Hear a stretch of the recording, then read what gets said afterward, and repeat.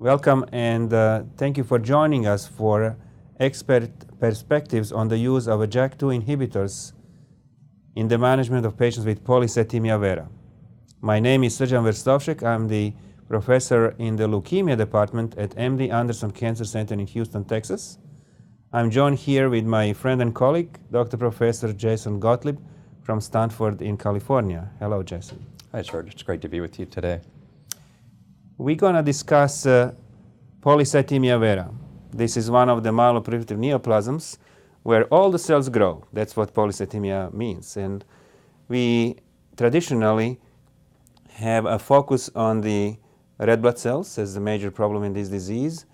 We would like also to control other numbers, symptoms, and a spleen. And traditionally, we don't have too many issues, with making a proper diagnosis. But it seems that the time has come for a little change, because more recently, over the last year or two, there was a description of so-called masked PV, that are patients that not really fulfill the full diagnostic criteria for PV. What is going on, Jason?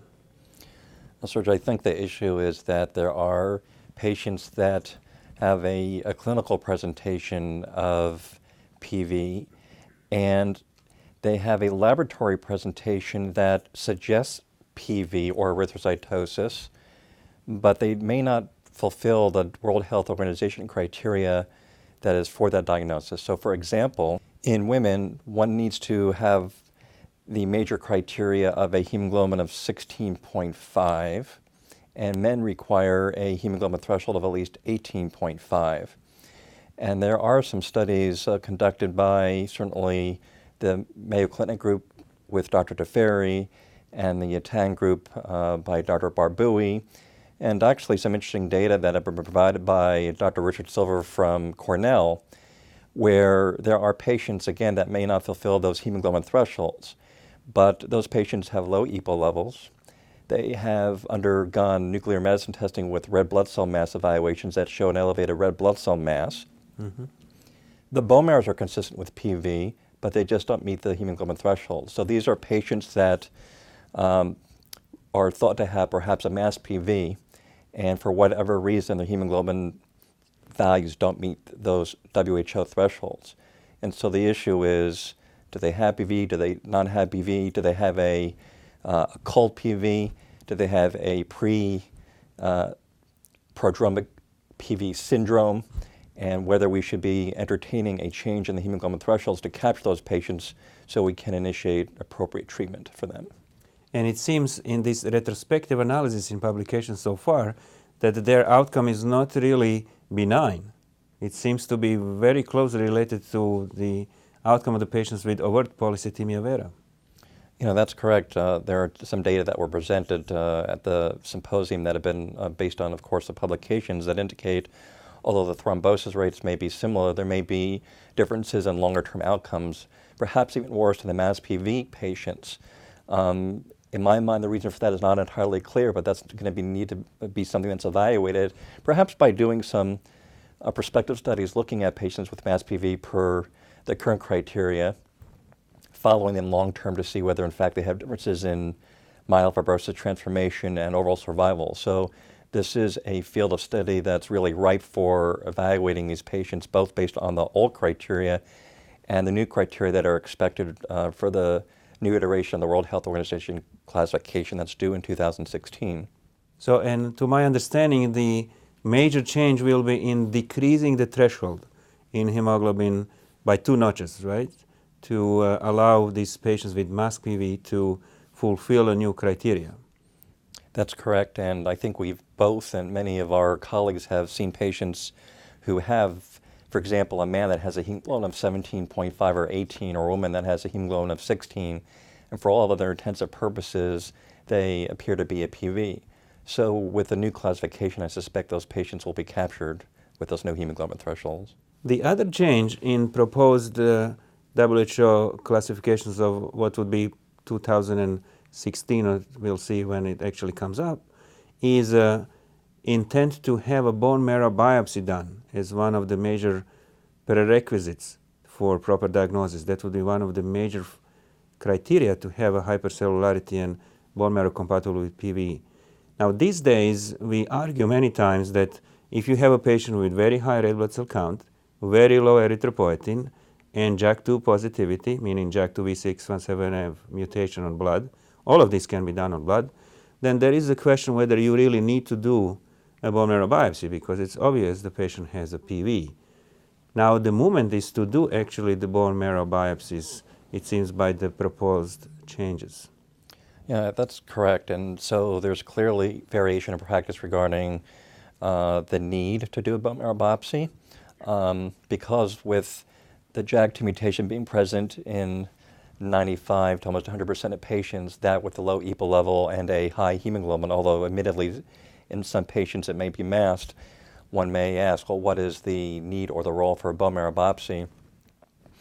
And perhaps at least one of the compelling needs may be the fact that we may get some more prognostic information from that bone marrow biopsy.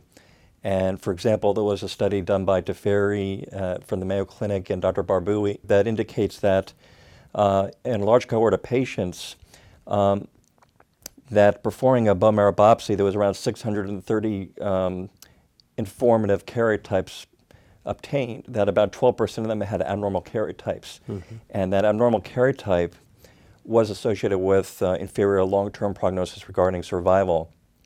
So that could be at least one reason that would push perhaps people that weren't doing bone marrows before to get that information for our patients. This is, I think, very important information. It's not very common, but if it happens, one needs to know about it at the beginning of the disease process. The other one is also another publication from the same authors, is on the grade of fibrosis in the bone marrow of Polycythemia Vera patients that may be present. They still have a PV. Fibrosis on its own does not make it myelofibrosis as a disease, but that advanced degree, grade 2 versus 1 or 0, may matter for their risk of transformation to full-blown myelofibrosis later in their life. So it seems that there might be a role, and the guidelines may change, and criteria for diagnosis will require, it seems, bone marrow as one of the major criteria. Yeah, that reiterates this issue that the MPNs need to be thought of as, to some degree, overlapping diseases. There's a spectrum of phenotypes here. So you have the PV patient that, from a purist sense, should only have at most grade 1 fibrosis or no fibrosis. Then you've got some PVs that may in fact have somewhat higher degrees of fibrosis, but really are these patients that are to some degree perhaps evolving toward a post-PV myelofibrosis situation, and that could of course explain why they have a prognosis that may be somewhat inferior. So nothing in medicine is necessarily black and white, and that again reiterates the need for us to understand laboratory markers, bone marrow biopsies, and how they relate to the individual patient and their prognosis. Mm-hmm. Now, when we come to the therapy, we assess the risk of thrombosis. That's the bottom line. We want to decrease that risk and the events that happen in patients. And we use standard assessment by using age over 60, and history of a blood clot makes a patient at a high risk for a blood clot. Then we institute cytoreductive therapy on top of phlebotomy and baby aspirin. The CYTO-PV study was done recently, a year or two ago, published and confirmed our standard practice to achieve a hemoglobin and hematocrit control, hematocrit of below 45% as the goal of the therapy to decrease that risk. So there is no doubt in our mind that that should be done, and that the goal of cytoreductive therapy should be elimination of phlebotomy in a way, if you want to have control of the risk in the best possible way. Would you agree with that? Yeah, so I mean, I think that was a study that really did validate what we were doing before. That is that a target hematocrit below 45 is important because maintaining the crit in the range of 45 to 50 was associated with a fourfold increased risk of death, including that from cardiovascular causes. So I think that is standard of care at this point in time.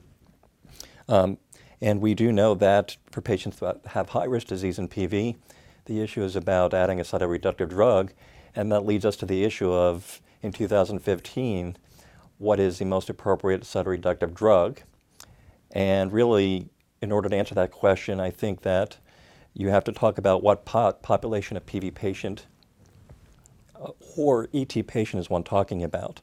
So in the sense of, or in the context of PV, the issue is this a patient with high-risk disease without hydrea resistance or intolerance, or does that patient have an issue with not getting the response they need or intolerance with hydrea? And that, of course, leads into the issue of how do we define hydrea resistance and intolerance, which, if you look at studies, the rate of hydrea resistance or intolerance is about 20 to 25%.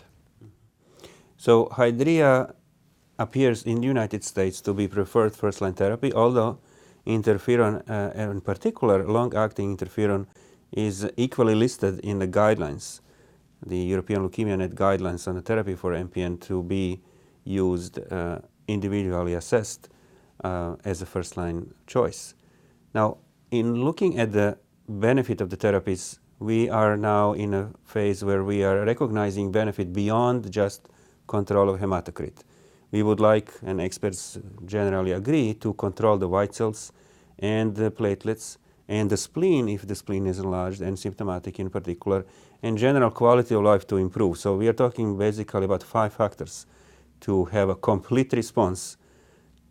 That would be hematocrit below 45 without phlebotomy, white cells, platelets normal, no spleen, and no symptoms. That is something quite formidable to achieve, and hydrea appears to be able to do that only in a quarter of the patients, based on some retrospective studies. And that, of course, is a good segue into the issue of what is the role of Ruxolitinib, which is a JAK inhibitor, in patients with PV. And of course, you were the lead author, senior author on the response trial. And this is a study that looked at the role of Ruxolitinib in patients with hydrea-resistant or intolerant PV. And clearly these are patients that are in need of an alternative therapy because they're not achieving necessarily symptom control. They're not achieving phlebotomy control. They may have issues with persistent splenomegaly. So that study really addressed the issue of what is the relative benefit of Ruxolitinib versus hydrea or other best available therapy in those patients. So we have valuable option here for this type of patients. We do not want to forget interferon role. If you have not tried interferon before and you are hydroxyurea resistant or intolerant, hydroxyurea can be replaced then with interferon as well. But in the United States, it is true that we have significant major development in our ability to actually use Ruxolitinib as a JAK2 inhibitor approved for this indication. Now, it is also important to understand that these patients not just have a no response to hydrea. That is, well, it's hard to say, detrimental in a way for patients with Polycythemia Vera, not in a sense that they will die tomorrow, but some retrospective studies for Spain suggest that resistance to hydroxyurea long term, it's not good for the patients. They have a tendency to transform to myelofibrosis or acute leukemia, as well as actually have a shorter life expectancy. Yeah, so the response trial looked at the issue of Ruxolitinib versus hydrea or other best available therapy in these hydrea-resistant or intolerant patients. And I think certainly the audience would want to know what does hydrea-resistant or intolerance means. And so there were definitions from the ELN regarding this very matter. And so this goes to the issue of if one is on a relatively high dose of hydrea, for example, more than 2 grams per day or less than 2 grams per day, but the maximum dose that can be tolerated, are you not achieving elimination of phlebotomy? Are you still having a large spleen? Are you still having symptoms? Are you having uncontrolled myeloproliferation, that is a white blood cell count that's, for example, above the normal reference range, or platelet count that is above 400,000? This is the thing, these are the issues that we're talking about, resistance, and these are the patients that need more attention because it is associated with worse long-term outcomes, worse survival, and increased transformation to AML. And when I look at the benefit of Ruxolitinib, it does what we suspect it would do. It decreases the red blood cell count. It inhibits the JAK-STAT pathway. It is not JAK2 mutation specific. There is sometimes a confusion about how it does it work. It's JAK-STAT pathway inhibitor. It's not the JAK2 V617F targeted agent. Targeted in sense of inhibiting a pathway, but not mutation. So it decreases the growth of the cells. The red blood cells can decrease, white cells and platelets. Spleen can improve. What struck me as a very effective benefit, or something that happens very fast in these patients, is control of some of the symptoms, particularly itching. We see these patients itch all the time, can't take a bath because of pruritus related to exposure to hot water. And in 95% of the patients, it seems that it improves the itching quite effectively and very fast. So quality of life appears to be one of the very significant contribution of these medications, in terms of improving quality of life very fast. Yeah, so what we know from the myelofibrosis studies, of course, with Ruxolitinib and to be fair, other JAK inhibitors, is that the two core issues that works very well in is reduction of splenomegaly and improvement of symptoms. And those are the findings that you saw, frankly, in the response trial. You know, there was a composite endpoint of reduction of spleen size of 35% or more and hematocrit control. And when one looked at Ruxolitinib versus best available therapy, including Hydrea, clearly the results favored Ruxolitinib. And so in that regard, that was very important finding of the trial. I think the trial is a shorter-term trial. It's a trial that looked at events up to 32 weeks. There are questions that remain unanswered about the trial, and that includes, does Ruxolitinib affect thrombosis rates over the long term? What are the adverse events that one needs to be mindful of in this patient population? And there seemed to be a slight signal of increased issues with herpes zoster. There were issues with skin cancers that were slightly more in the Rux group, but again, to be very fair, there was randomization with more of those patients having skin cancer issues before they entered the trial. So we need to really get a better sense of long-term adverse event issues. Is this a drug, Ruxolitinib, compared to best available therapy that can affect the natural history of the disease in terms of overall survival or transformation to myelofibrosis? With this being a short-term study, that's not something that's answerable in the context of the current protocol. I think that's a very good point. And let's talk about this a little bit more in detail, because we may have some answers to these questions, because once you have a response, it seems that that response lasts. Hardly anybody really loses response. I mean, there are some, but it is very durable so far, at least. And we have seen that from the initial phase 2 pilot study in Polycythemia Vera, published a year and a half ago, where actually we did see the patients stay on the therapy for years to come. So these are important issues. In terms of thrombotic risk, as it was published, that was evaluated as a safety signal to see whether there is increased risk of thrombosis, in fact, with Ruxolitinib versus best available therapy, because of prior experience with another JAK2 inhibitor published 2 years ago, showing that might be the case, but it seems that the result is opposite. So this is safety evaluation that showed that during these 32 weeks of randomization, there were 6 events of thromboembolic events on the BAT arm, best available therapy arm, and 1 on the Ruxolitinib arm. Just an observation, not something statistically possible to compare, because it's not, and it was not part of the efficacy assessment, or the study was judged and designed to address that particular question. But it's kind of intriguing to speculate that with better control, as you would expect, of proliferation and anti-inflammatory potential of Ruxolitinib, and it is anti-inflammatory agent after all, you would decrease the risk of thrombosis over time. We'll see what actually happens. There are early signs that that is possibly happening. Now, you brought another issue, which is modification of immune system to some extent, because herpes zoster does happen more often. How do we explain that?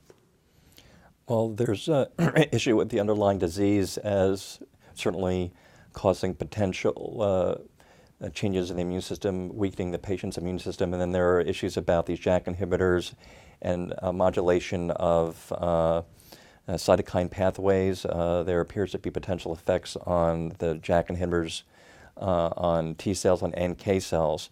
So the ability of a patient to have a completely intact immune system, both either from the underlying disease or from the use of these types of therapies, Again, I think both patients and physicians who are using these drugs or being treated with these drugs, we need to be mindful of these potential for opportunistic infections.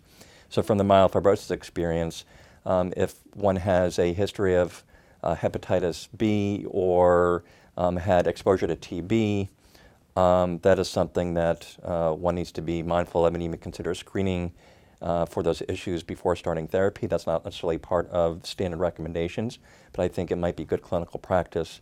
And I think that the same thing can be said of using JAK inhibitors and other MPNs, that it would be reasonable practice to think about, is my patient someone who is at higher risk of these infections, and should I screen them? I think this is very valuable for everyday practice. The other aspect is the actual number of patients that would benefit from this therapy. And it seems that the number actually is not trivial. We talked about what hydroxyurea does and what it doesn't, and what are the benefits of Ruxolitinib here. Percentage-wise, one may say that there are not too many patients with Polycythemia Vera that need help with something else but hydroxyurea. But when we look at the results, that percentage might be higher. On the other hand, Polycythemia Vera patients live long. And if we calculate how many patients actually live with Polycythemia Vera and how many may not have a good control of signs and symptoms, there is a substantial number of patients that actually we can help. It's not that trivial total number of patients. So I am pretty happy that we have an option after hydroxyurea for those that are intolerant or resistant that can help them with the quality of life, with better control of disease signs and symptoms, perhaps decreasing the risk of thrombosis, which needs to be studied properly. But overall, for this group of patients that appear to have somewhat shorter life expectancy too, this appears to be very valuable therapy overall.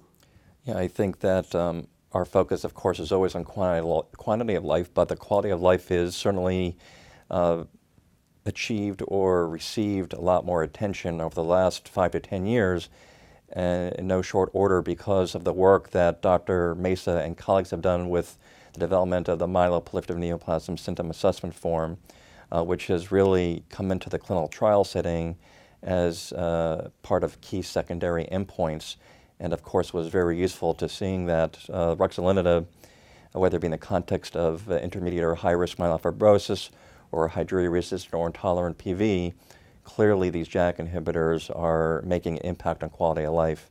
And so although these patients do have shorter life expectancy compared to age-matched controls, it is a long life, and it's a life that needs to live with hopefully a life free of most symptoms. And if we have medications that can achieve that, I think that's very important for them. I completely agree. That's really important. And I really thank you for a lovely discussion. That was very informative to me too, to learn about your views. And I would like to thank you all for participation in the expert perspectives on the use of JAK2 inhibitors as a treatment modality for patients with Polycythemia Vera. Hope you enjoy our discussion, and wish you a nice time and goodbye.